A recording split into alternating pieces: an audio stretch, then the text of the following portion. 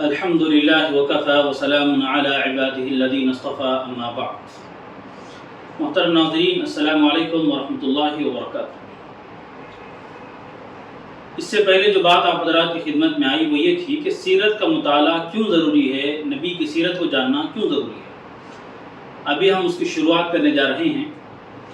تو نبی اکرم صلی اللہ علیہ وسلم کی ولادت جو ہوئی ہے وہ موسم بہار میں دن پیر کا تھا، ربیع الاول کی 9 تاریخ تھی۔ بعض لوگوں نے 12 تاریخ کہا ہے، لیکن محققین کی یہی رائے ہے کہ 9 ربیع الاول کو آپ کی ولادت ہوئی، اور مطابق 22 اپریل 571 عیسوی سورج طلوع ہو رہا تھا یا اس سے پہلے نبی اکرم صلی اللہ علیہ وسلم کی ولادت باسعادت ہوئی، اور نبی اکرم صلی اللہ علیہ وسلم اپنے والدین کے اکلوتے فرزند تھے، کوئی آپ کا بھائی کوئی آپ کی بہن نہیں تھی، اور آپ کی پیدائش سے چند مہینے پہلے ہی آپ کے والد حضرت عبداللہ کا انتقال ہو چکا تھا۔ جب آپ کی ولادت کی خبر آپ کے دادا عبد المطلب کو پہنچی تو وہ آئے، بچے کو لے کر کعبۃ اللہ میں گئے، وہاں پر دعا کی، پھر واپس گھر آئے۔ 7ویں دن قربانی کی، پھر تمام قریش کی آپ نے دعوت کی۔ لوگوں نے دعوت کھا کر پوچھا کہ آپ نے بچے کا کیا نام رکھا ہے؟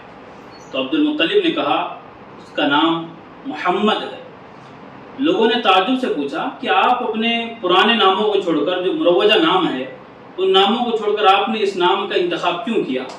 تو اس پر عبد المطلب نے کہا کہ میں چاہتا ہوں کہ میرا جو پوتا ہے وہ دنیا بھر میں اس کی تعریف کی جائے، اس کی ستائش بیان کی جائے۔ اور یہ بات بھی آپ کو یاد رہے کہ دادا نے نام محمد رکھا اور آپ کی والدہ حضرت آمنہ نے آپ کا نام احمد رکھا۔ اب ولادت کے بعد 3 دن تک آپ کی والدہ حضرت آمنہ نے آپ کو دودھ پلایا۔ 3 روز کے بعد آپ کے چچا ابو لہب کی باندی، جس کا نام سویبہ ہے، لوگ عام طور سے اس کو صوبیہ پڑھتے ہیں، اصل وہ لفظ ہے سویبہ، اس نے آپ کو دودھ پلایا۔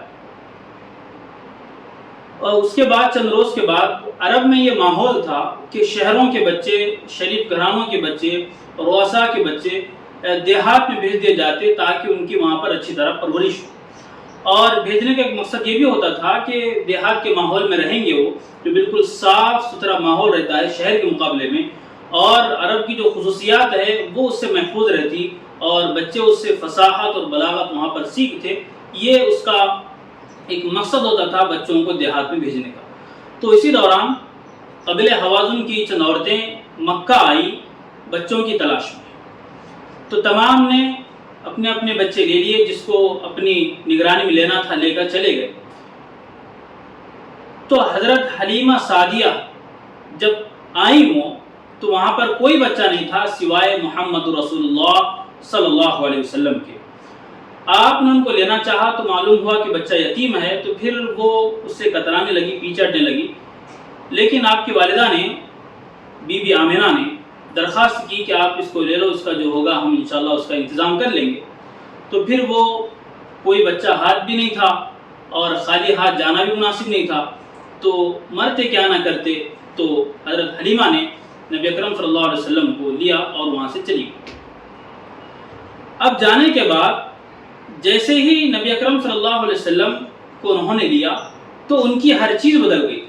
جس اونٹنی پر وہ آئے تھے بالکل وہ بوڑھی تھی، چل نہیں پا رہی تھی، لیکن آپ کی برکت سے اس کا حال یہ ہوا کہ وہ تمام قبیلے کی اونٹوں سب سے تیز دوڑنے لگی، اور سب سے زیادہ فاسٹ اور سب سے پہلے جا کر وہ اپنے قبیلے میں پہنچی۔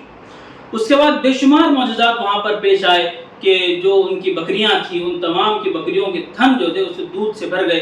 حالانکہ جو زمانہ تھا وہ قحط کا تھا، اس میں گھاس پھوس اس طرح کی نہیں ہوتی تھی، لیکن اس کے باوجود بھی یہ نبی اکرم صلی اللہ علیہ وسلم کی برکت تھی کہ تمام وہ بکریوں کے تھن بھر گئے۔ اور بھی بے شمار وہاں پر چیزیں ہیں۔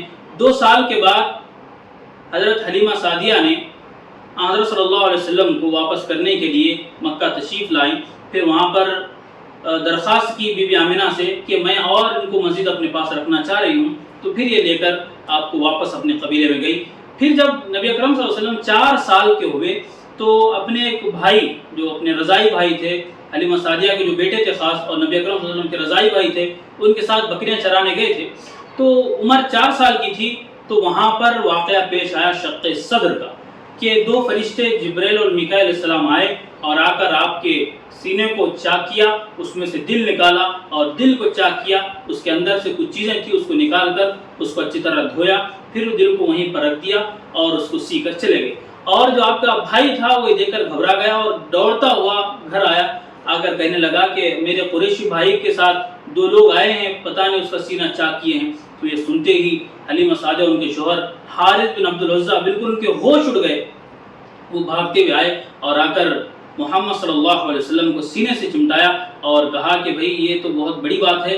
تو وہ لے کر پھر مکہ آئی، تو بی بی آمنہ جو آپ صلی اللہ علیہ وسلم کی والدہ ہے، انہوں نے کہا کہ ابھی مکہ میں وبا پھیلی ہوئی ہے، بچے کا رہنا اس طرح یہاں پر سیف نہیں ہوگا، تو آپ واپس جائیے۔ تو حلیمہ سعدیہ نے کہا کہ میں نہیں لے جا سکتی کیونکہ اس طرح کا واقعہ پیش آیا ہے۔ تو بی بی آمنہ نے کہا ڈرنے کی گھبرانے کی کوئی بات نہیں ہے، یہ میرا جو بیٹا ہے اس کی ایک بڑی شان ہونے والی ہے، اسی کے یہ چند اثرات ہیں۔ تو یہ ولادت کی بات ہوئی اور رضاعت کی بات ہوئی۔ رضاعت کہتے ہیں دودھ پلانا۔ اور یہ بھی بات آپ کو بتا دوں کہ نبی اکرم صلی اللہ علیہ وسلم کو آپ کی والدہ کے علاوہ 3 عورتوں نے دودھ پلایا۔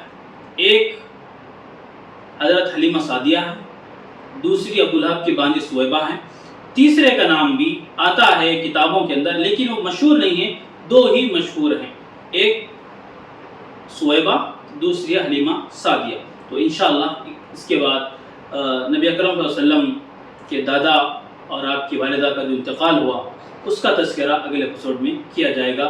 وآخر دعوانا ان الحمد للہ رب العالمین۔